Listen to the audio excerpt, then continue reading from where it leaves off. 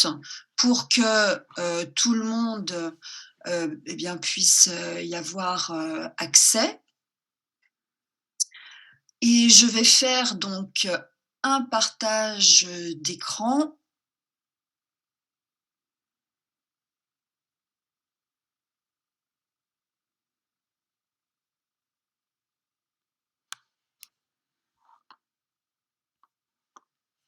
Donc voilà.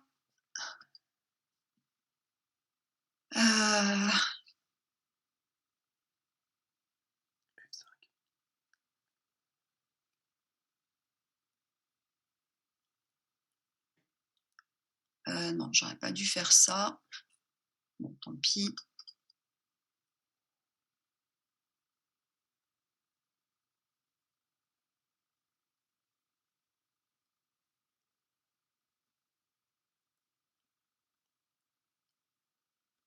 Voilà. Alors je reviens où nous nous étions arrêtés la fois précédente. Alors je vais mettre donc la discussion, je la mets dans un coin, voilà.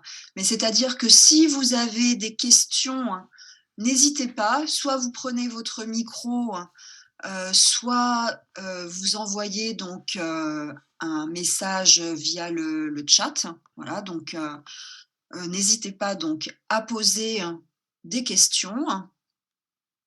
Et donc, bon, je vais reprendre le cours là où nous nous étions arrêtés donc la dernière fois. Donc, on avait vu ensemble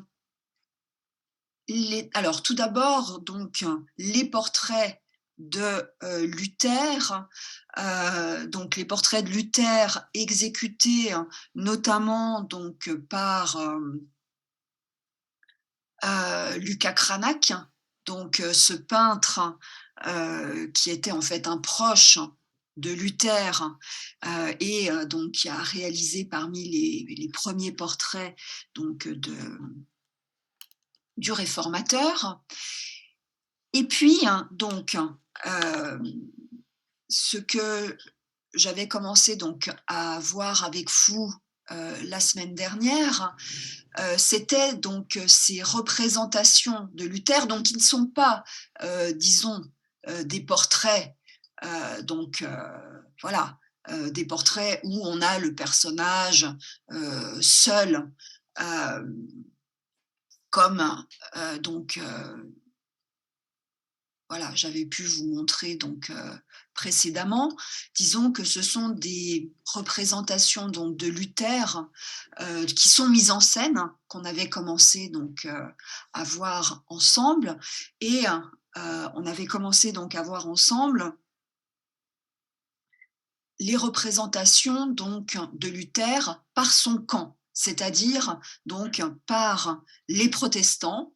Et donc forcément, ce sont des représentations donc à la gloire de Luther, et on a donc des représentations avec Luther donc qui terrasse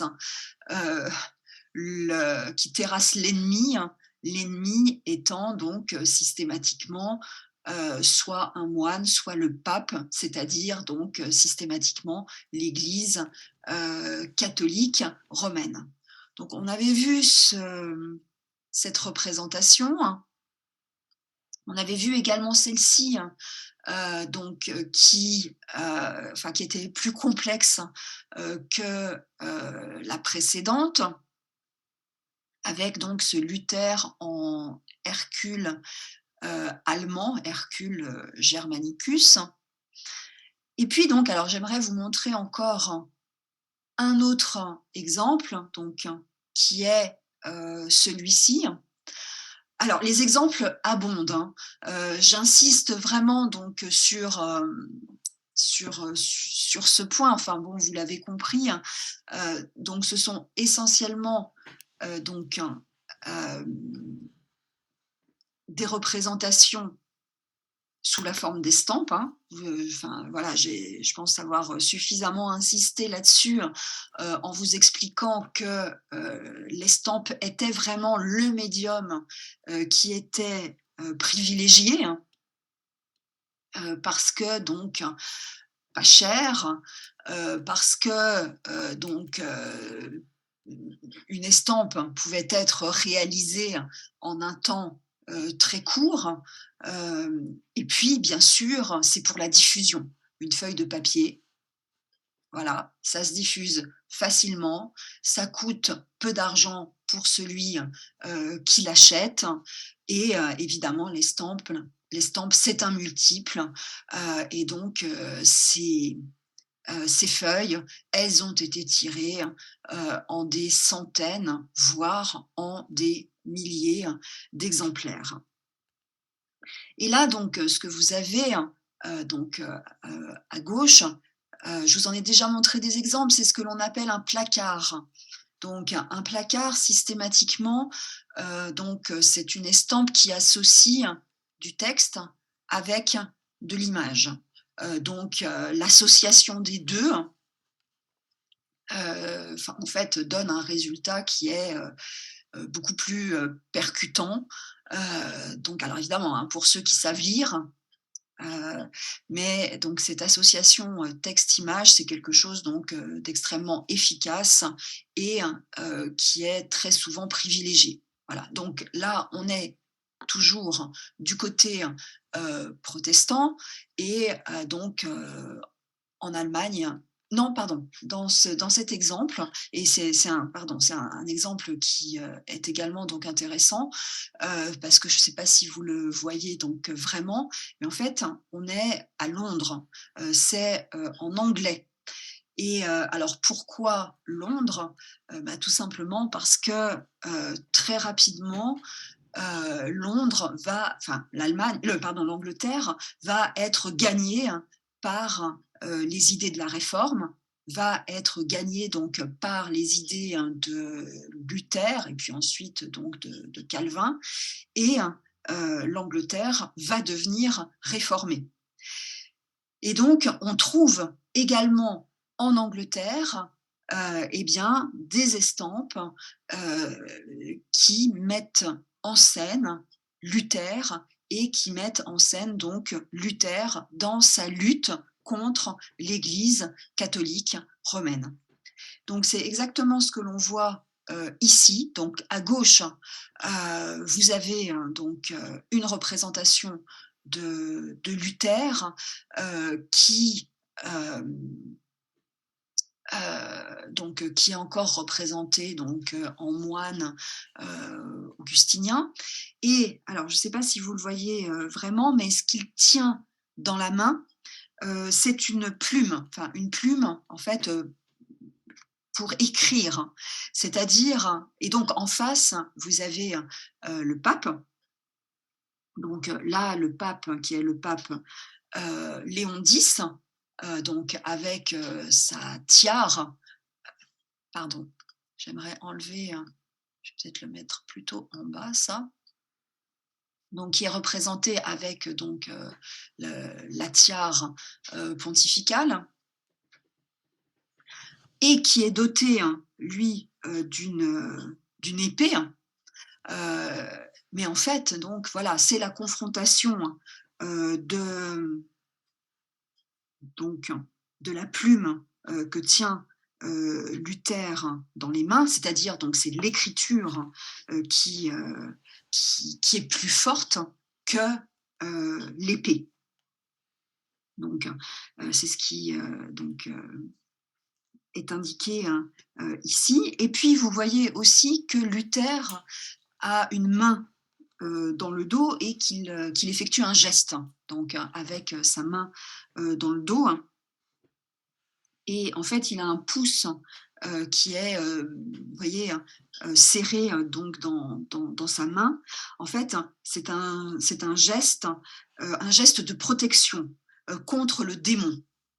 Voilà, donc là aussi, c'est vraiment donc pour nous montrer que le pape Léon X, donc est une représentation, donc du démon puisque c'est un geste en fait donc un peu de superstition, que, l'on effectue, contre, voilà, contre le démon, de protection, qu'effectue ici donc Luther.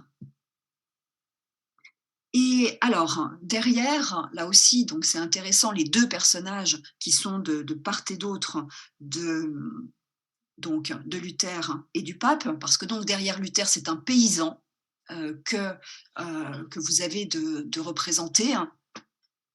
Et alors, je ne vais pas rentrer donc dans, disons dans les détails historiques, mais en parallèle donc de la Réforme, dans les années 1520, il y a également donc une révolte des paysans qui s'insurgent contre, en fait, contre les riches propriétaires et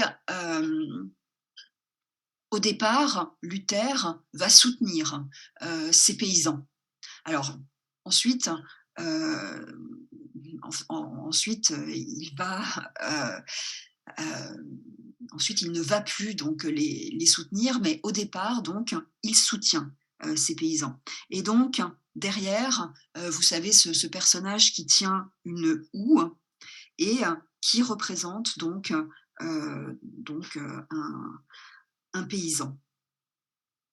Et les paysans donc, qui s'étaient révoltés, essentiellement en Allemagne, en fait donc ils s'étaient révoltés donc contre, donc les riches propriétaires, mais ils s'étaient également révoltés contre l'Église, catholique romaine, parce que l'Église, catholique, en fait, les taxait. Donc ils avaient des impôts, en fait, à payer, donc à l'Église, et c'était leur révolte donc de ces paysans, c'était également donc une révolte contre l'Église, d'où la présence donc de ce paysan du côté de Luther. Et évidemment donc du côté du pape Léon X, eh bien, là, vous avez donc un ecclésiastique, avec donc, le papier donc, qu'il a entre les mains. On peut se dire, que c'est, sans doute, une promulgation donc d'indulgence comme, on en a vu, d'autres exemples, hem, donc par, enfin dans les séances précédentes. Et je reviens juste sur cette question donc de la plume, que tient, Luther entre les mains. Vous vous souvenez, je vous l'ai dit, hein, la semaine dernière, Luther, il a traduit, donc le Nouveau Testament, en allemand, et donc cette plume, voilà, elle renvoie à ces écrits donc de Luther. Et donc l'idée, c'est que donc cette plume, elle est plus forte que toutes les armes, et notamment cette grande épée qu'essaye de brandir le pape Léon X. Voilà. Alors, je vous montre juste également donc ceci pour vous dire que cette révolte des paysans, bah, c'est quelque chose qui a eu une grande répercussion. Et ce que je vous montre ici, alors donc, je ne sais pas si vous connaissez cet artiste qui est célèbre, hein, qui s'appelle Albrecht Dürer. C'est un peintre, mais c'est également un graveur allemand. Donc, alors lui aussi qui était proche de Luther, et qui a en fait élevé une colonne, disons donc, en l'honneur, de cette révolte, des paysans. Alors qui s'est mal terminée, hein, cette révolte, des paysans. En fait, on sait qu'à peu près 300 000 paysans, s'étaient donc, révoltés, et que, plus de 100 000, donc évidemment ce qui est énorme, vont périr, hein, voilà.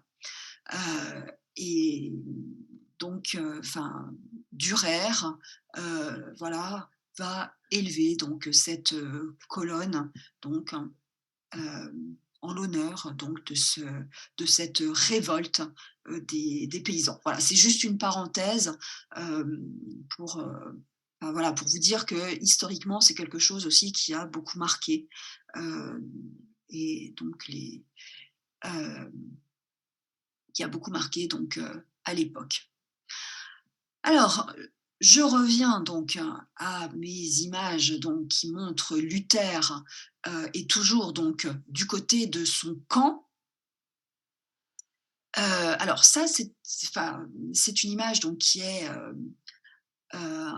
postérieure, qui date donc, d'environ, 1568. C'est pour vous montrer aussi que voilà, ce type d'images, on les voit apparaître donc à partir des années 1520, c'est-à-dire donc au début, de la Réforme, mais qu'elles vont se prolonger, et elles se prolongent non seulement durant l'ensemble du XVIe siècle, mais encore, au XVIIe siècle, et je vous montrerai, par la suite, d'autres exemples. Alors le titre à lui seul, j'ai envie de dire, est, suffisamment, explicite, hein. C'est le triomphe, de Luther, et là Luther, donc il n'est plus représenté donc, en moine, augustinien. Vous vous souvenez, hein, alors attendez, je vais essayer de revenir en arrière, je pense que ma photo n'est pas très loin. Je vous avais montré donc, la semaine dernière, notamment donc ce retable qui en plus se trouve donc voilà, dans une église de Weimar, où on a en fait les 3 représentations donc de Luther, donc lorsqu'il est jeune, et qu'il est encore donc moine augustinien à gauche. À droite, vous vous souvenez, c'est lorsque, en fait, il est poursuivi, par l'Église catholique, qu'il se cache et qu'il est, en chevalier Georges, où, donc là, il est barbu, et donc un peu méconnaissable. Donc on a cette représentation à droite, et puis au centre, là, c'est la dernière, manière, disons, et cela correspond donc à un Luther, disons, vieillissant, hem et donc enfin toujours évidemment qui, diffuse ses idées. Donc voilà, c'est une image donc du réformateur, donc plus âgé, et dans,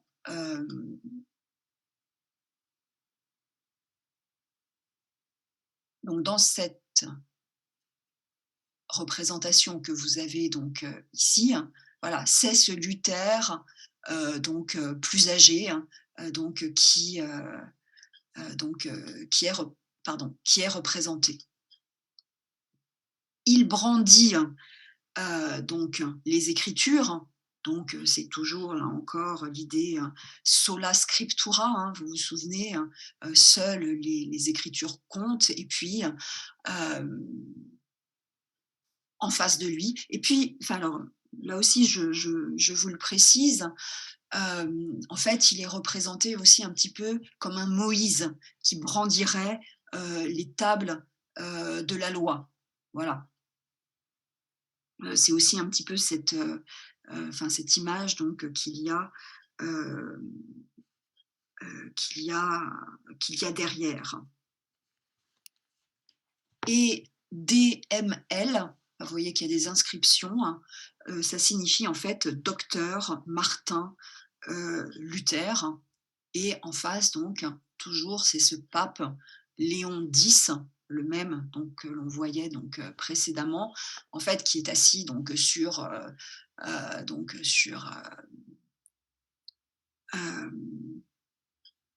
donc enfin voilà, sur une sorte de chaise qui est en train de basculer, hein. Donc il est en train de tomber, de s'écrouler, hein. C'est ça donc le message. Donc face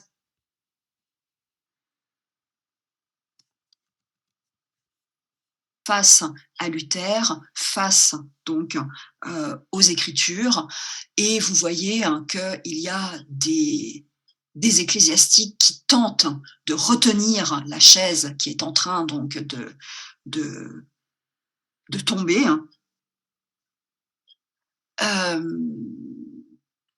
Et derrière, donc, on a d'autres moines qui sont représentés. Et puis, on a également donc des reliques, c'est-à-dire en fait toute la partie gauche, ce sont donc voilà tout, tout ce qui est en lien avec l'Église catholique romaine, donc qui est représenté donc ici, avec tout ce qui n'est que superstition hein, pour Luther et les réformés. Donc c'est la raison pour laquelle ben voilà, vous avez donc des reliquaires, vous avez des sculptures avec sans doute des saints, vous avez donc un grand reliquaire avec en plus donc l'hostie consacrée, hein, puisque enfin, là aussi c'est quelque chose donc, qui est vraiment remis en cause par les réformés, c'est-à-dire ce que l'on appelle donc le mystère de la transsubstantiation. Enfin voilà, vous avez donc toute cette foule donc d'ecclésiastiques à gauche et bien évidemment de l'autre côté, et on retrouve là encore donc la plume. Et tous, d'ailleurs, donc, ont la plume en main. On est donc du côté réformé. Voilà, donc il y a toujours cette opposition. Et alors, évidemment, vous voyez également donc le démon qui est du côté catholique, et vous avez même en fait un jésuite qui est représenté donc ici. Voilà. Alors, maintenant, donc, enfin, tout ce que l'on a vu, en gros, jusqu'à présent, c'est donc des représentations du côté protestant. Alors, les catholiques, j'ai envie de dire, ne réagissent face à ce flot d'images donc qui se déversent, et donc eux aussi vont produire des images satiriques dénonçant, alors cette fois-ci, dénonçant Luther. Donc c'est pour ça que donc, j'ai mis cette partie, donc Luther dénoncé par ses ennemis. Donc, cette fois-ci, donc, on est du côté catholique, et donc je vais vous montrer, alors là encore essentiellement parce que en Allemagne, ce qu'il faut bien comprendre, c'est qu'il y a des régions entières donc de l'Allemagne qui vont basculer donc du côté de la réforme, mais il va y avoir d'autres régions donc en Allemagne qui vont demeurer catholiques. Voilà. Donc c'est pour ça, enfin, il ne faut pas vous étonner dans ce que je vais vous montrer. Alors je vais vous montrer donc des exemples qui auront été imprimés en France, en Italie, mais également donc en Allemagne, parce que donc il y a des villes qui demeurent catholiques, et notamment donc la ville de Cologne, ce sera enfin une ville qui va demeurer donc qui va demeurer catholique, qui va devenir un grand centre en fait anti-protestant. Voilà. Donc là, justement, je vous montre donc un livre donc qui a été publié donc dans la ville donc de Cologne, et qui par la suite sera également donc réimprimé en France à Paris. Et donc c'est un ouvrage donc contre les hérétiques. Et qui trouve-t-on donc dans cet ouvrage contre les hérétiques? Eh bien, on trouve justement Luther. Et on a cette représentation donc d'une colonne avec au sommet donc le personnage de Luther et enfin, vous le voyez, c'est une représentation, donc d'un Luther qui est inspiré par le démon, en fait, qui est déjà en train de tomber dans les enfers, c'est-à-dire que Luther est comme s'il était sur un piédestal et en fait, il est en train donc de tomber de son piédestal et il va être englouti dans dans le dans les enfers et on voit donc ces monstres dans donc dans la partie, dans la partie inférieure et alors, je vous avais mis cette image, là encore, cette estampe de Dürer, juste, parce que, vous voyez, un démon avec un soufflet, donc c'est quelque chose, qui est dans l'iconographie, qui est assez fréquent. Donc là, les catholiques le reprennent, donc ici avec, Luther, mais en fait, c'est toujours donc quelque chose donc de négatif. Quand on a un personnage, et c'est le cas ici, en fait, c'est une représentation, alors on l'appelle, cette estampe de Dürer, soit le rêve du docteur ou bien la tentation de l'oisif. Donc vous voyez, c'est une représentation qui est négative. Donc là, c'est pas du tout Luther, hein, c'était juste pour vous montrer cette représentation donc d'un petit démon qui utilise un soufflet et qui va donc dans l'oreille du personnage. Donc là, c'est une représentation en gros de l'oisiveté, hein, voilà. Et donc évidemment, l'oisiveté, c'est quelque chose de négatif, donc que l'on trouve donc dans cette gravure de Luther et c'est ici donc ce qui est représenté. Alors là, c'est pas l'oisiveté, hein, mais donc là, ce qui est représenté avec Luther, c'est que donc voilà, Luther est inspiré donc par le démon. Donc voilà, on trouve ce type de représentation, hein, que vous voyez un petit peu mieux, hein, donc peut-être ici. Et oui, j'ai remis également en bas à gauche cette gravure qu'on avait vue, hein, il y a de ça quelque temps, où on a un moine, donc là, on était du côté protestant. Donc vous voyez aussi, hein, enfin, finalement, c'est une iconographie, hein, qui est utilisée d'un côté comme de l'autre. Donc là, on est du côté protestant, on a un moine qui est inspiré donc par le démon. Alors là, c'était pas un soufflet, c'était la cornemuse, mais on a quand même l'idée quand même du souffle, donc le démon qui souffle malgré tout donc dans l'oreille et enfin voilà, que l'on retrouve. Mais là, donc on est du côté catholique avec Luther. Voilà. Bon, là, je passe. Là, c'est un peu plus compliqué, hein. Mais je vous le montre, mais de manière très, très rapide. Donc là, on est en France.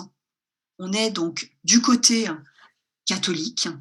Une fois de plus, enfin, vous voyez le titre, le blason des hérétiques, voilà. Et donc cet hérétique, alors attention, hein, ici vous avez le tampon de la bibliothèque, donc c'est la bibliothèque Mazarine où est conservé, hein, donc ce petit livre où il y a cette estampe dedans. Donc évidemment, ceci, enfin faut l'oublier, hein, donc c'est le tampon de la bibliothèque. Mais donc, enfin, il y a tout un petit texte, alors que je vous ai reproduit. Bon, vous pourrez le lire, enfin, tranquillement, donc sur Cursus. Mais donc, voilà, là, c'est un hérétique, donc, et en fait, c'est une image donc du réformé et derrière donc de Luther, donc ici, donc qui est donc représenté et enfin bon, euh, on retrouve les flammes de l'enfer, on retrouve les rats. Enfin, je le répète, là, c'est bon, c'est une image euh, assez complexe. Et voilà, je vais pas donc je vais pas m'y attarder, hein, donc enfin voilà, si vous voulez, lire, donc tranquillement, vous regarderez donc sur, Cursus, mais en tout cas donc c'est une condamnation, donc de, de Luther, avec donc ces flammes qui sortent des entrailles, du personnage, qui brûlent, le livre. Donc on a des serpents dans le pli du manteau, on a donc, ces rats qui sont dans la gibecière. Alors on a, également des éléments qui rappellent donc le paysan, pour rappeler donc que Luther a soutenu, également, au début en tout cas donc, cette révolte des des paysans. Et donc enfin voilà, ces pamphlets anti-Luther, donc on les trouve dans l'Europe entière. Donc là, c'est un exemple français,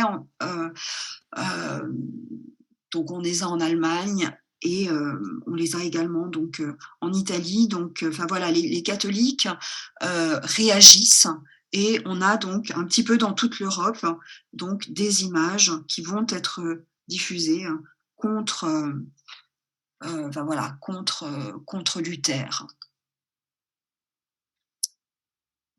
Alors, je vous montre également, toujours donc image contre Luther. Donc là, on est, en Allemagne.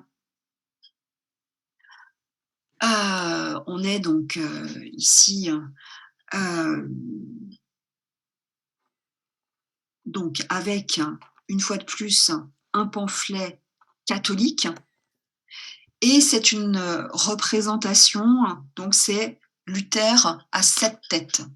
Donc c'est un Luther à 7 têtes, donc les 7 têtes de Martin Luther. Et donc c'est une estampe satirique contre, Luther, qui, est représentée ici. Et c'est aussi une manière aussi de se moquer, de Luther, donc qui,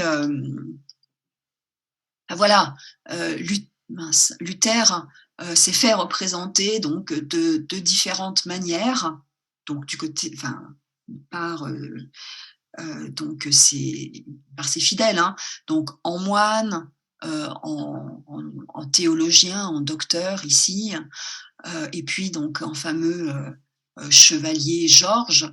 Et finalement donc, ici on a donc, c'est tourné en dérision, le fait donc qu'on ait ces, différentes manières de représenter, Luther.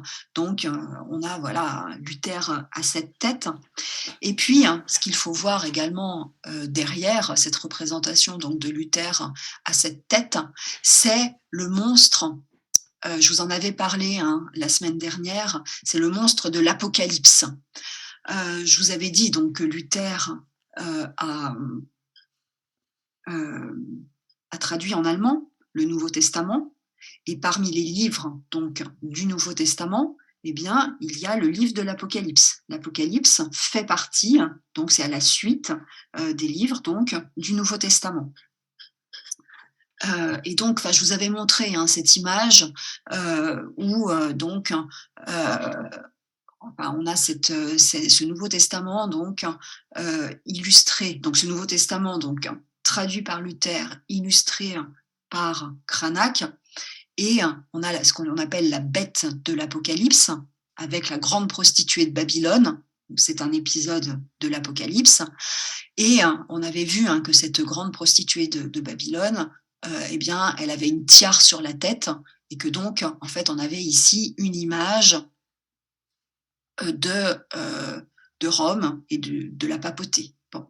Et puis, vous voyez, hein, ce monstre donc, que l'on a ici, en fait, donc cette image du Luther à 7 têtes, en fait, tourne en dérision tout cela. C'est-à-dire donc tourne en dérision à la fois donc le fait que Luther, ait été représenté donc, de différentes manières, donc c'est un Luther à plusieurs visages. Et puis, on a cette bête de l'Apocalypse, donc à plusieurs têtes. Ça fait référence également à ça. Luther est tel une bête de l'Apocalypse, lui aussi, il a plusieurs têtes. Donc vous voyez, donc là on est du côté protestant. C'était une image donc qui moquait donc l'Église catholique. Là on est du côté catholique. c'est une image donc qui moque, Luther et qui reprend, enfin, vous voyez, des éléments, que l'on avait du côté protestant. Vous voyez comment, d'un camp à l'autre, on joue, en fait, on joue un petit peu avec les mêmes références, voilà. Et là, c'est Luther qui devient cette bête de l'Apocalypse, heu, à, plusieurs têtes.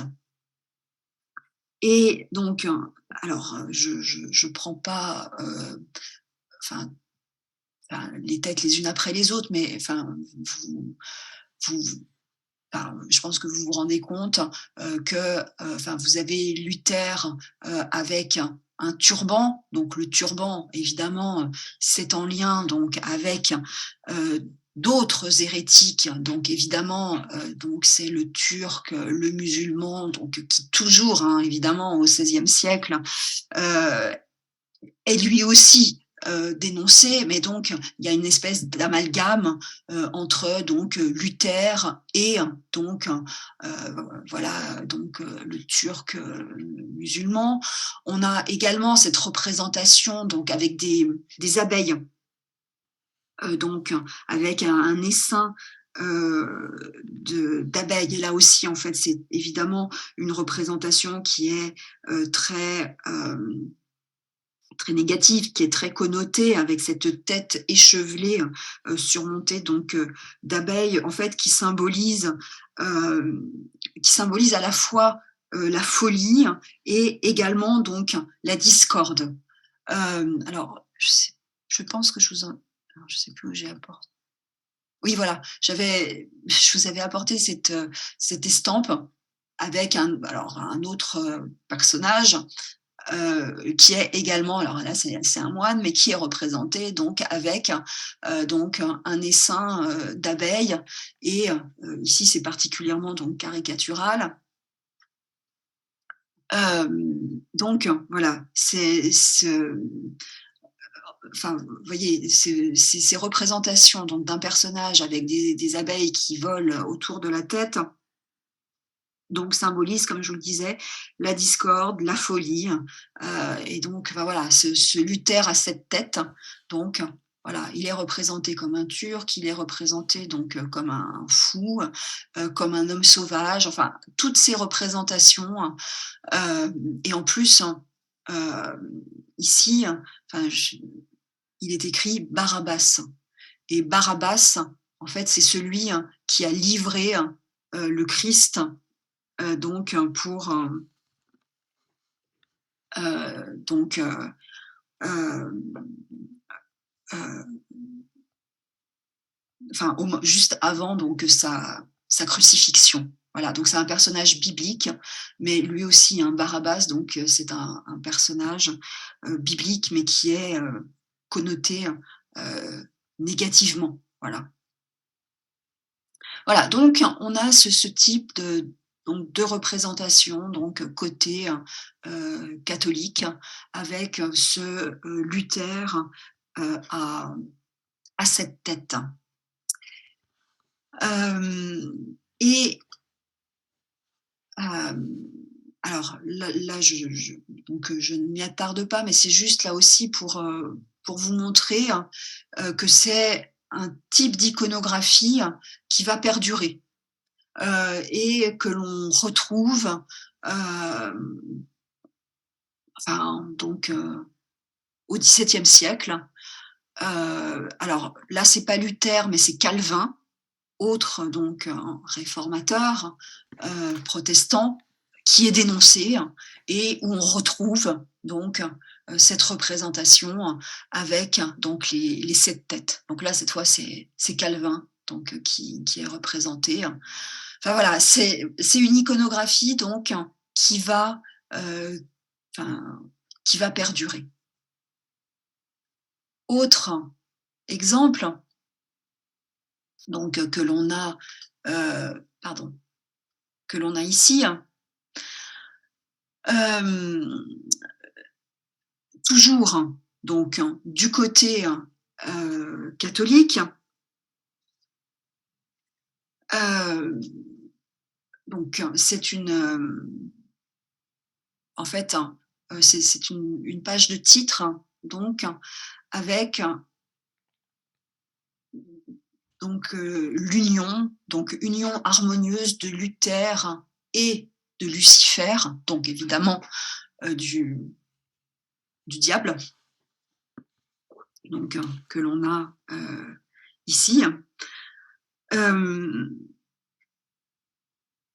Et enfin bon, là c'est pour le coup c'est assez simple, donc comme représentation, c'est-à-dire que Luther en fait, euh, enfin, pour le dire un peu familièrement, mais est de mèche donc avec le diable. Certes, il a une main qui repose sur la Bible, mais son autre main, en fait, il l'attend à Lucifer. Euh, il l'attend au diable. Et donc, en fait, il a signé donc un pacte fatidique avec avec le diable.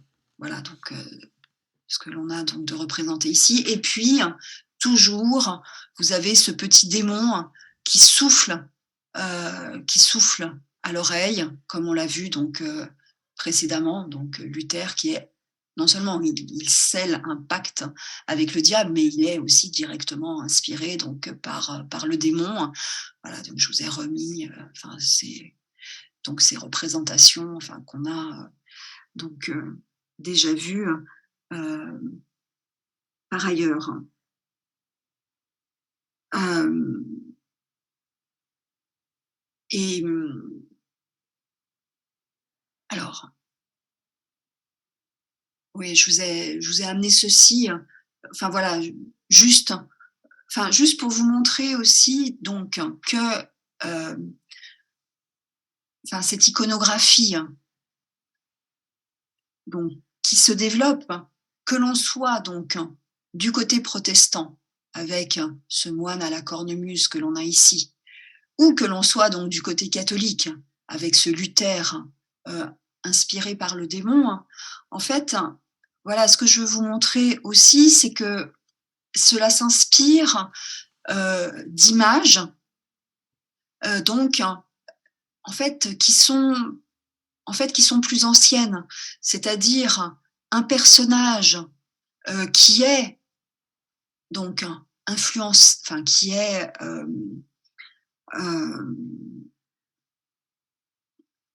enfin qui est inspiré par le démon, on en a avant. Euh, donc, je vous ai amené cette gravure, donc qui représente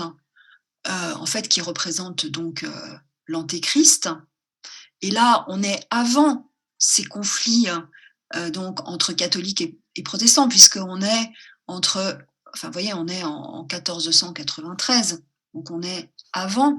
Et pour représenter donc le démon euh, qui euh, qui inspire donc un personnage, eh bien, on a toujours cette représentation donc de l'oreille. Voilà, le personnage du démon qui est ici. Alors, on n'a pas le soufflet, mais c'est toujours par l'oreille. Et je vous ai amené également ceci. Là, c'est complètement autre chose, mais là encore, c'est antérieur. Voilà. Donc, j'espère que vous comprenez. C'est pour vous montrer que ces images qui se développent pendant les réformes, en fait, elles s'appuient sur, disons, un, un lexique qui était déjà présent auparavant. Et là, donc, je vous montre une fresque en Italie qui représente là aussi donc l'Antéchrist. Et, enfin, vous voyez, là encore, euh, il lui parle à l'oreille. Voilà. Donc, ce motif d'un démon qui parle à l'oreille, c'est quelque chose que l'on trouve déjà précédemment.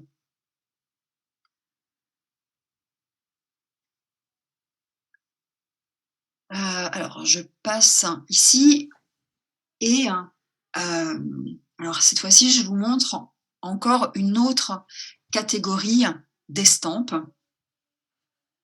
Alors, bon, qu'on a déjà un petit peu rencontré, mais là j'aimerais donc revenir plus précisément dessus.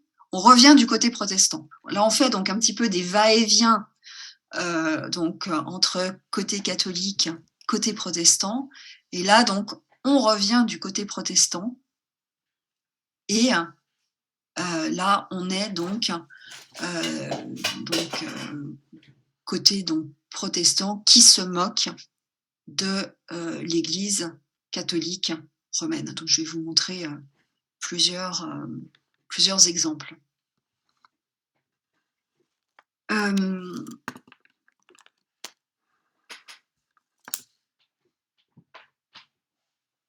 Alors, ici, hein, en fait, c'est directement un ennemi de Luther, donc, qui est représenté, qui s'appelle Johann Tetzel. Et ce Johann Tetzel, en fait, c'est un célèbre dominicain. Donc, c'est un moine catholique, un dominicain, et un dominicain qui, tout de suite, s'est élevé contre Luther.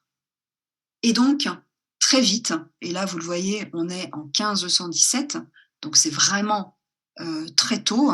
En fait, ce Johann Tetzel a immédiatement réagi aux 95 thèses donc, de Luther. Et du coup, tout de suite, donc, côté protestant, eh bien, on publie des estampes, on publie des placards dirigés contre ce Johann Tetzel et donc pour le dénigrer, donc pour le dénoncer et donc se moquer de lui. Et là, donc cette estampe, donc vous voyez, c'est évidemment en latin, mais c'est donc il y a le nom donc de ce Johann Tetzel donc qui apparaît. Évidemment, il est représenté avec les fameuses indulgences. Voilà, que l'on retrouve un petit peu systématiquement dans la critique donc, de l'Église catholique, avec le coffre à indulgence où les fidèles doivent donc mettre leur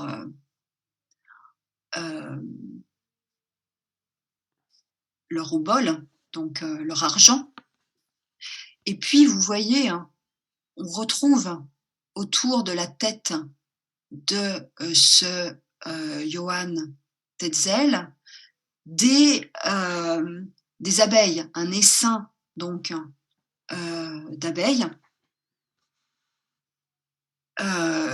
comme en fait on l'avait vu précédemment. Alors j'ai pas remis, voilà, je vous renvoie aux images donc précédentes. Et donc cette fois-ci, donc avant on avait vu que c'était Luther qui était représenté avec cet essaim d'abeilles, mais donc là c'est ce Johann Tetzel. Donc là encore, vous voyez comment une même iconographie est utilisée dans un camp comme de l'autre. Voilà.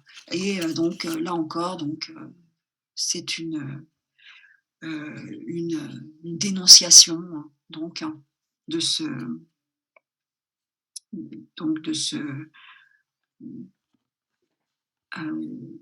moine anti-luthérien.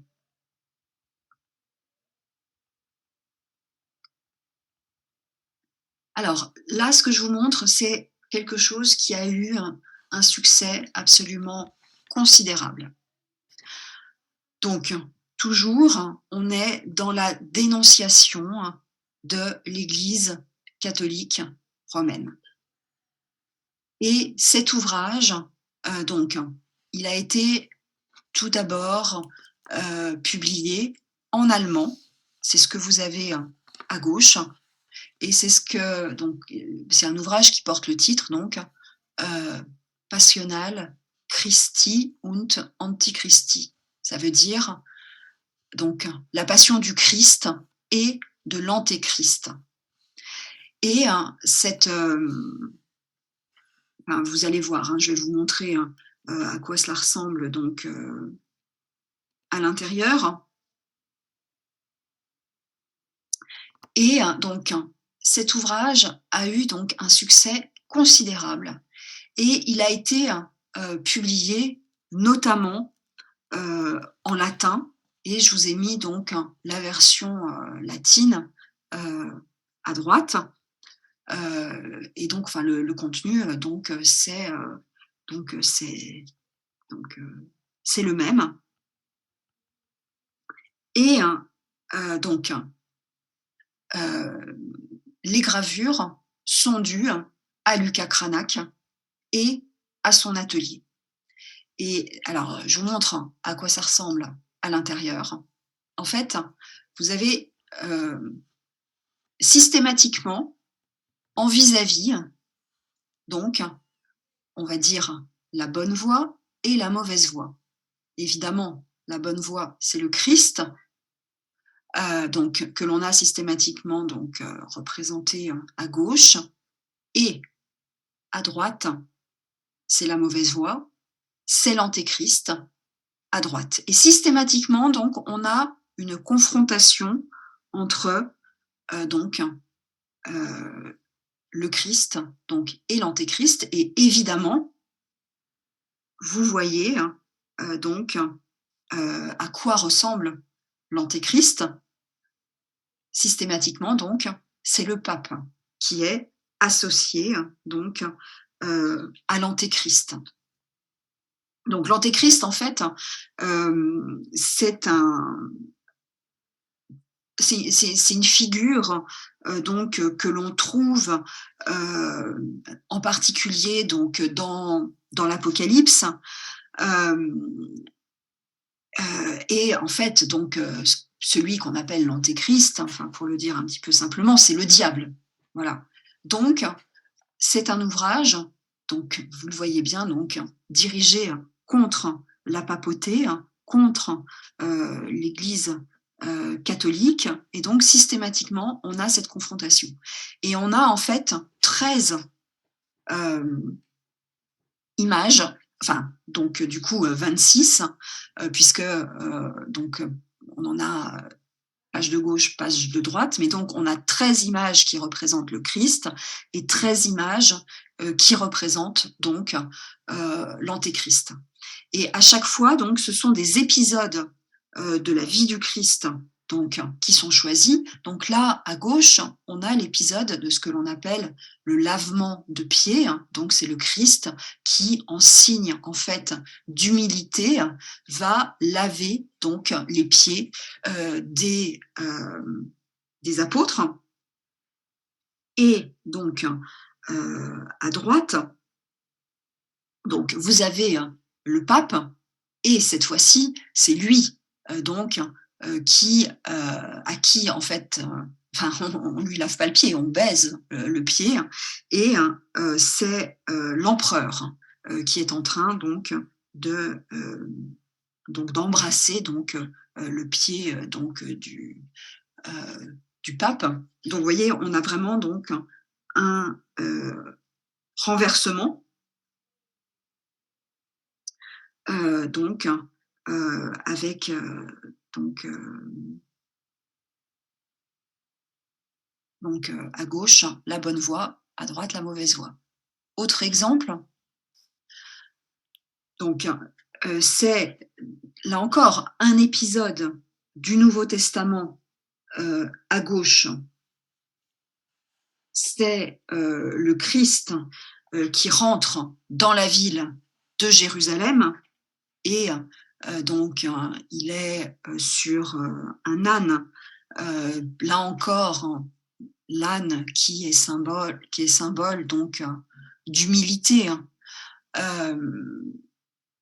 Et à droite, donc, vous avez le pape qui lui est sur un cheval qui est, enfin vous le voyez avec plusieurs ornements, alors qu'évidemment, hein, l'âne était, enfin, on a presque l'impression que le Christ monte accru donc sur l'âne, contrairement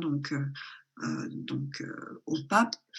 Et le pape est entouré voilà des dignitaires de l'Église euh, catholique. Et puis, bien évidemment, vous trouvez également en haut à droite, toujours, les flammes de l'enfer, avec des, des démons qui sont représentés. Et on a l'impression, donc le Christ, lui, il entrait donc dans la ville de Jérusalem, et là, le pape, on a l'impression qu'il va en fait entrer en enfer. Voilà.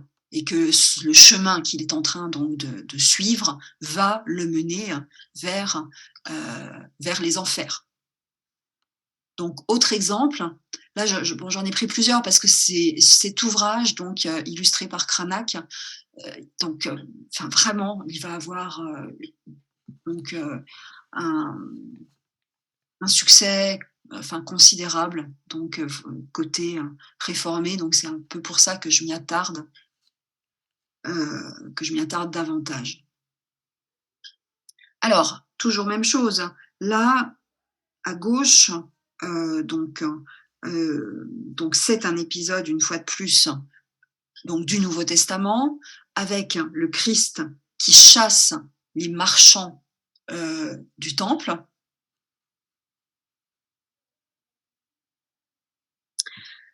Et à droite, donc, vous avez une représentation du pape, en fait, qui a pris la place des marchands du temple. C'est-à-dire que là, on est dans l'église, donc le Christ, en fait, chasse les marchands, parce qu'évidemment, il ne doit pas y avoir de commerce donc dans un temple, dans une église.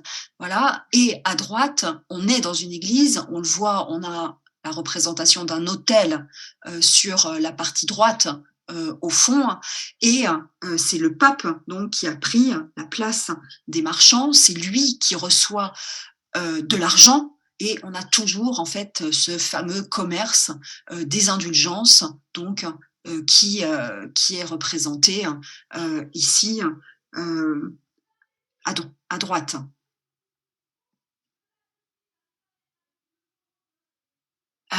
Alors bon, j'ai encore apporté donc ceci, où là donc c'est ce que l'on appelle le Christ aux outrages.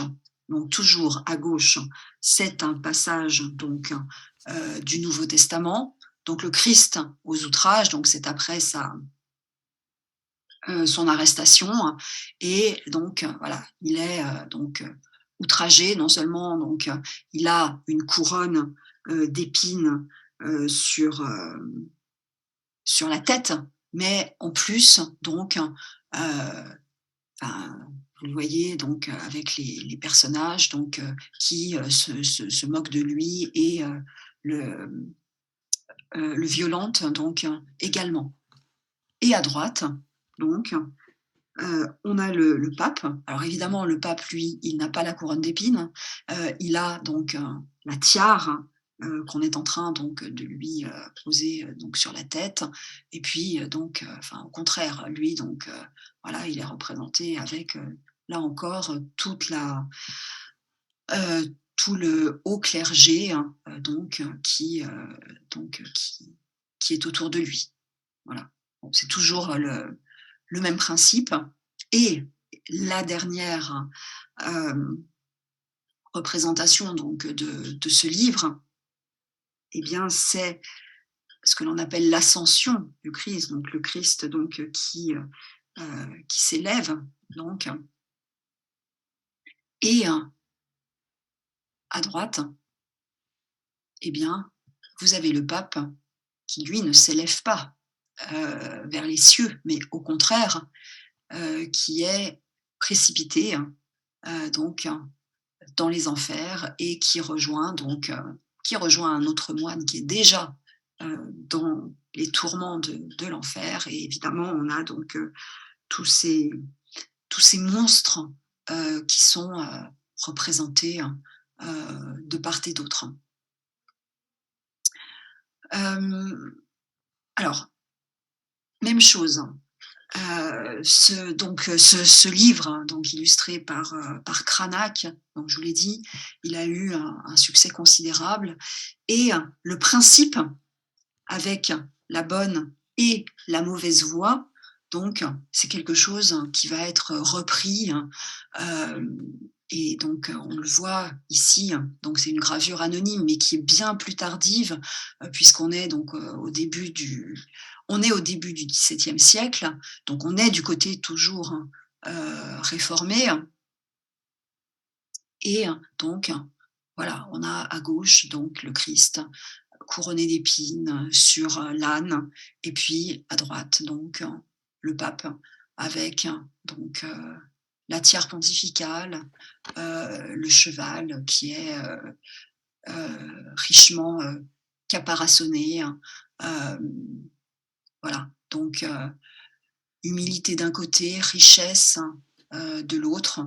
Donc c'est vraiment quelque chose que l'on retrouve. Et puis si vous regardez les petits médaillons que l'on a donc dans les coins, on a là encore donc le Christ outragé et le couronnement d'épines en haut à gauche, et puis à droite donc le pape avec le couronnement, la tiare, donc en haut à gauche et en haut à droite, et en bas à gauche, donc c'est le Christ qui porte sa croix, et puis en bas à droite, c'est le pape qui lui donc est porté sous un dais, enfin voilà, enfin, vous avez compris donc le principe. Mais enfin, j'espère que vous vous rendez compte de toute cette iconographie qui se déverse. Donc là, je vous montre du côté protestant, mais vous avez vu que donc les catholiques ne sont pas en reste, et eux aussi, les catholiques donc s'en prennent donc à Luther et aux protestants. Et toutes ces images donc qui passent pour l'essentiel donc par le biais donc de l'estampe. Vous voyez aussi donc comment vraiment le conflit, parce que c'est ça, c'est le conflit qui passe véritablement également par l'image. Et ces images sont vraiment importantes, elles ont un rôle. Il y a on peut parler d'une véritable puissance de l'image, et donc en particulier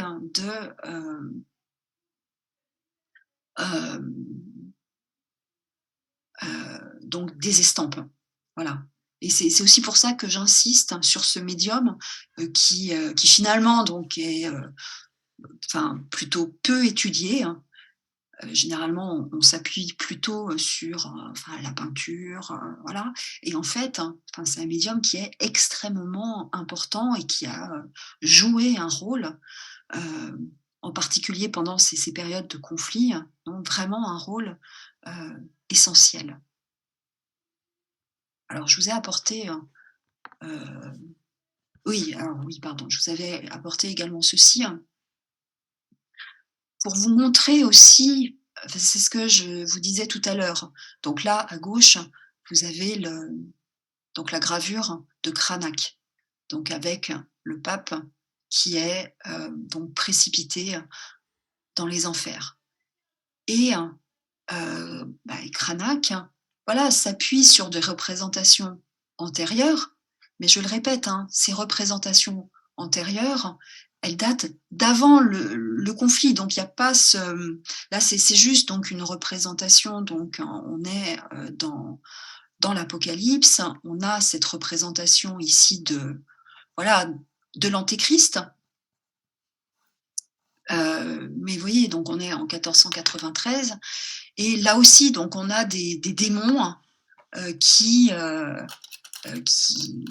précipitent dans les enfers l'antéchrist. Et là, enfin, c'est la même chose. Bon, là, c'est une tentation de saint Antoine, mais ce que je voulais vous montrer, c'est même chose. On a des démons avec ce personnage. Donc, ce que j'aimerais que vous compreniez, c'est que donc les protestants, mais aussi donc les catholiques, voilà, ils s'appuient sur en fait un réservoir de formes, sur des images antérieures qui étaient donc enfin qui représentaient donc autre chose, et ils se les réapproprient, ces images, et ces images deviennent donc des éléments de lutte, donc soit contre le pape, soit contre Luther. Voilà, j'espère que vous comprenez ce que j'essaye donc voilà, de vous expliquer. Et là aussi, bon, c'était un peu juste une parenthèse. Là, en fait, donc c'est du rare. Et donc là, on n'est pas du tout dans des images polémiques, c'est juste la passion du Christ. Voilà. Qui est représentée. Et Cranach, en fait, pour les représentations donc, de, voilà, vraiment donc, de la partie gauche, pour la représentation de la bonne voie, donc celle qu'il faut suivre, donc celle du Christ, Cranach probablement s'est souvenu donc de cette petite suite donc de Dürer avec donc la Passion du Christ où on retrouve donc le lavement de pieds, le Christ qui chasse les marchands du temple, l'entrée à Jérusalem, etc. Voilà.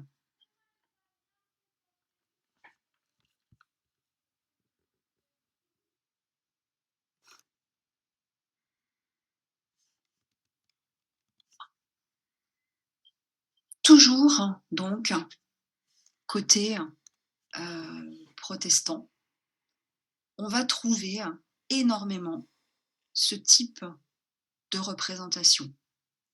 Alors j'ai envie de dire, on est un petit peu dans la lignée de ce que l'on a vu précédemment, c'est-à-dire avec la bonne et la mauvaise voie, celle qu'il faut suivre et au contraire, celle qui est à rejeter. Alors, évidemment, à gauche, on a une représentation donc d'un pasteur et sans doute donc que ce pasteur, c'est plus ou moins Luther. Et puis, à droite, on a un moine donc qui représente donc l'Église catholique. C'est-à-dire, et je vais vous en montrer d'autres, qu'on a donc ces images qui mettent en scène les deux églises opposées. Et en fait, évidemment, pour mieux faire triompher par l'image la vraie église. Parce qu'évidemment, systématiquement, c'est celle-ci, évidemment, l'église réformée, donc, qui est mise en valeur. Et en plus, vous le voyez, c'est un placard. Là, je vous ai mis juste une image, mais il y a tout un texte donc, qui fonctionne avec. Donc, c'est ce que l'on appelle un placard. Et le texte, voilà, dit sans ambiguïté aucune que donc la véritable Église, c'est celle donc de gauche et c'est celle donc des réformés. Donc en fait, à gauche, donc voilà, vous avez des hommes, des femmes, un petit peu de tout milieu qui écoutent donc le sermon donc du pasteur, qui a le livre des Écritures à la main. Et on voit que les femmes qui sont au premier plan, et donc elles ont, elles aussi, les livres à la main, c'est-à-dire qu'elles aussi, elles s'appuient donc sur les Écritures, pardon, et notamment donc pour enseigner, parce que Bon, ça, c'est quelque chose que je n'ai pas, forcément évoqué, mais c'est quelque chose qui est très important pour les protestants, c'est le catéchisme et donc l'enseignement aux enfants et l'enseignement aux enfants, il repose, bien sûr, sur les Écritures. C'est pour ça qu'on voit donc ces femmes avec les livres et qui enseignent donc, aux enfants. Et à droite, donc on a ce gros moine, donc là en plus, enfin, vous voyez, il y a un côté un peu, là encore, satirique, donc qui est en chair et la chair, là encore, c'est une chair qui est ornée, alors que du côté protestant, c'est une chair qui est nue. Donc là encore, toujours l'opposition, humilité et puis richesse. Parce que qui dit ornement, voilà, dit richesse. Et d'ailleurs, cette richesse, enfin, on la voit aussi dans les personnages qui sont tout autour et qui tous ont un chapelet dans les mains. Donc, évidemment, le chapelet, c'est quelque chose donc qui est rejeté par les protestants. Parce que le chapelet, il est là aussi donc du côté catholique pour prier la Vierge et les saints et donc pour les protestants, heu, on ne prie pas la Vierge et les saints, on ne prie, que Dieu, voilà. Donc il n'y a pas de chapelet, côté, côté protestant. Donc c'est quelque chose donc qui est, là encore, rejeté et puis vous le voyez, les femmes avec, là aussi on voit un enfant, et bien là l'enseignement ne passe pas, par l'étude des Écritures, mais passe uniquement donc par, en fait, justement la prière, à la Vierge et aux saints, et ce n'est pas là-dessus que repose, pour les réformés donc, le le vrai, heu, le vrai enseignement. Enfin, vous voyez donc, il y a heu,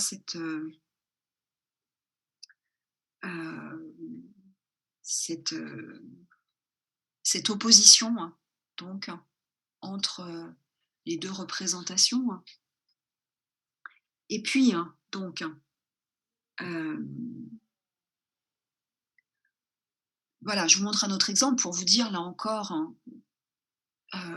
que ce type d'image donc, s'est beaucoup développé donc en particulier, côté donc, protestant. Là, c'est, Lucas Cranach le jeune, c'est-à-dire le fils, donc du Lucas Cranach l'Ancien, qui a pu exécuter donc les gravures, donc, avec le Passional Christi, Montanti Christi, hein, là donc, là c'est Lucas Cranach le jeune. Mais même chose, donc ces distinctions entre la vraie religion du Christ et la fausse doctrine de l'Antéchrist. Donc, avec donc toujours donc à gauche, Luther, donc qui est en chair et là aussi, enfin, c'est l'écriture donc qui prime, et puis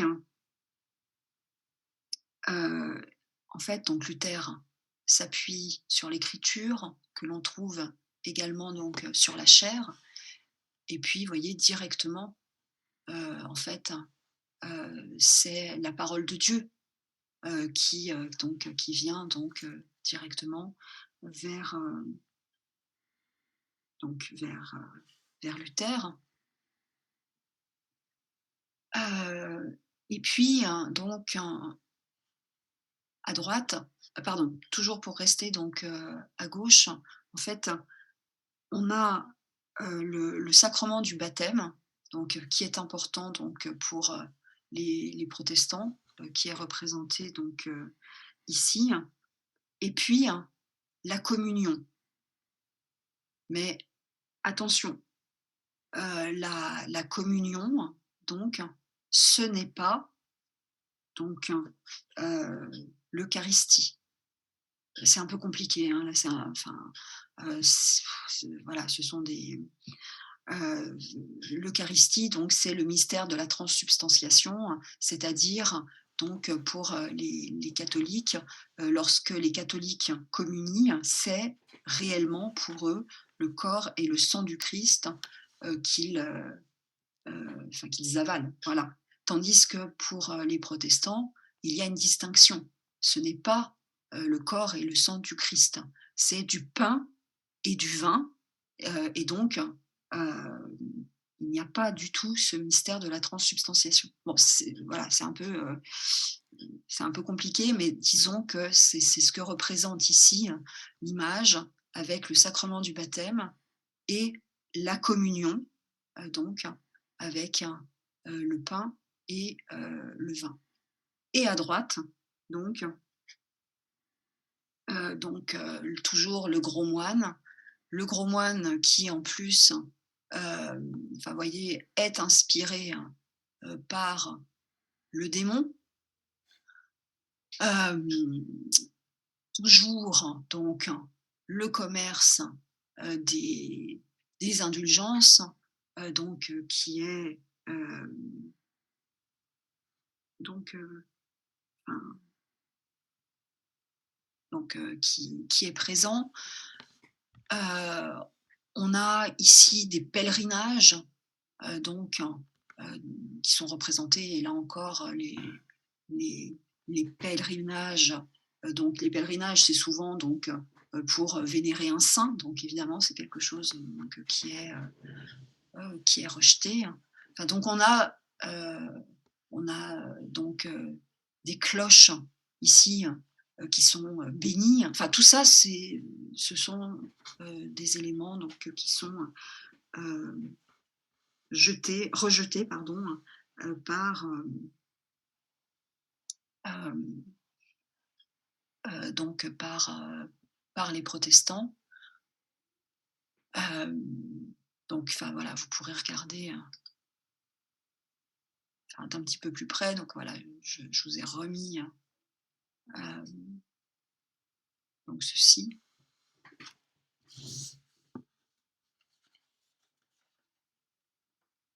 Bon, toujours un exemple, dans enfin, donc qui va dans la même direction avec,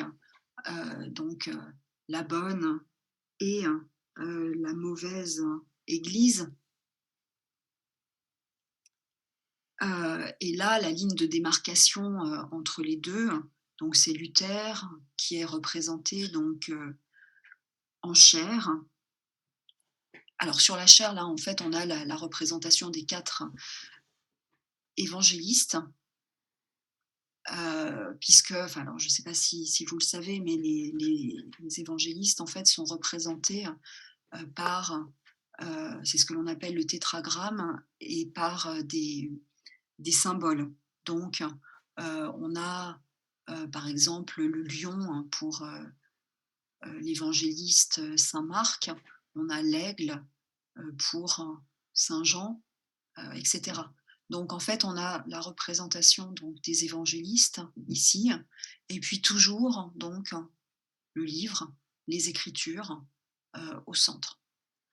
Avec, donc le geste, donc la voie à suivre, donc celle du Christ, et on retrouve, là encore donc donc la communion avec donc le pain, le vin et à droite donc, la mauvaise voie, la mauvaise église, avec, enfin le pape ici, avec en plus donc un démon qui, embrasse donc le pied, donc du pape. On retrouve toujours, enfin voilà, la représentation de l'Église catholique qui est précipitée, heu, en enfer. Alors juste ici, une question donc que l'on peut se poser, hein, c'est vous voyez, hein, donc l'estampe, elle est entourée d'une sorte de cadre et donc on peut se dire: «Est-ce que, cette estampe» parce que en fait, ces estampes, elles peuvent tout à fait être, accrochées, hein, chez soi, dans l'espace, domestique et ce petit ornement, qui enjolive un petit peu l'ensemble, on peut se dire: «Bon, ben, est-ce que, heu, enfin heu, voilà, cette estampe, elle pouvait d'autant plus être, voilà, punaisée, chez soi, qu'il y a un petit peu cet encadrement, qui, voilà, qui oui, qui enjolive, disons, l'ensemble. Alors je vous avais apporté juste des détails, donc de bon, de cette gueule béante de l'enfer avec donc le pape, les moines, les évêques, donc qui sont environnés de ces, démons. Hem, alors je vais terminer là-dessus pour aujourd'hui, parce que bon, en plus la visio, c'est vrai que bon, c'est c'est un peu moins agréable que, hem, donc en vrai. Donc voilà, je vais terminer avec ces images, hem, donc qui sont des images doubles, heu, avec donc systématiquement, on est toujours alors à gauche, hein, du côté, donc protestant avec donc le pape, bien reconnaissable, à sa tiare et puis si vous retournez l'image, et bien vous avez un diable donc qui est représenté. Hem, alors juste, là encore, les catholiques ne sont pas en reste. C'est-à-dire que donc ici, vous avez encore donc du côté protestant et là je vous montre en fait, de l'autre côté, c'est-à-dire que vous avez la tiare avec donc enfin si on retournait la médaille, on aurait le visage donc du pape et quand on tourne de l'autre côté, on a le visage du diable. Et en fait ici, en fait c'est Calvin. Donc Calvin, j'en parle moins que Luther, mais évidemment Calvin c'est, disons l'autre grand, réformateur protestant et là Calvin, donc on a son visage et si on retourne, cette fois-ci, on a un fou avec un chapeau avec des grelots. Vous voyez, c'est, une représentation, donc de la folie, et donc là, on est du côté catholique. Donc vous voyez, hein, ces images, hem, donc que l'on rencontre donc également et en fait alors là, on n'est pas du tout, hein, ici, dans de la contestation, hein, mais c'est pour vous juste, hein, pour vous montrer, hein, enfin l'idée, hein, de, de cette, double tête du pape hein, et de du diable. En fait, hein, on la trouve, à la fin du XVIe siècle, avec ce peintre que vous connaissez peut-être et qui s'appelle, Arcimboldo. Pardon. Et donc, enfin, c'est le même principe de l'image en fait que l'on retourne. Donc là, je le répète, hein, on n'a pas du tout, c'est pas du tout une image de contestation, c'est juste sur la question du principe. Donc, d'un côté, donc on a, enfin, des aliments, à gauche, enfin, je sais pas, on a un petit porcelet, enfin, un poulet, voilà et quand on retourne le tableau, on a donc une représentation, disons à caractère humain, donc avec, cette image du cuisinier. Donc si vous voulez, c'est le même principe. Alors je crois que je vous en avais apporté une autre parce que peut-être que vous les connaissez mieux, ces tableaux, donc où on a donc un plat avec des légumes et quand on renverse le tableau, eh bien, on a donc un personnage. Enfin, je pense que vous connaissez, hein, le même principe avec, la corbeille de fruits, hein, voilà. Donc juste, d'une certaine manière, enfin, c'est un principe un peu similaire. Alors certes, on n'a pas comme chez Archimboldo un assemblage donc de différents éléments, mais c'est l'idée donc de renverser, voilà, de renverser, donc une œuvre et d'avoir, à chaque fois, une image différente. Bon, là, je vous avais apporté ceci simplement parce que ça, c'est très postérieur, on est au XVIIIe siècle et on retrouve toujours ce même principe. Enfin, voilà. Là, on est au moment donc de la Révolution française et enfin, voilà, c'est vraiment un principe, que l'on retrouve, enfin, heu, très longuement. Dans le temps. Alors, bon, je vous l'ai dit, bon, c'est un petit peu plus tôt, hein, mais je vais m'arrêter là, donc pour aujourd'hui. Donc, bah, je vous remercie d'avoir, suivi donc cette séance un peu particulière. Donc j'espère que la semaine prochaine, il n'y aura pas de problème et que donc bon, on pourra avoir cours normalement donc en amphi. Donc voilà, là aujourd'hui, je l'ai fait un petit peu en me disant: «On ne sait jamais» et voilà, pour que vous puissiez quand même avoir cours. Hem et je le répète, hein, donc là aussi, je vais donc déposer sur Cursus, donc pour tous ceux qui n'ont pas pu être là, donc il pourra y avoir donc l'enregistrement. Voilà, je vous remercie et je vous dis donc à la semaine prochaine. Au revoir.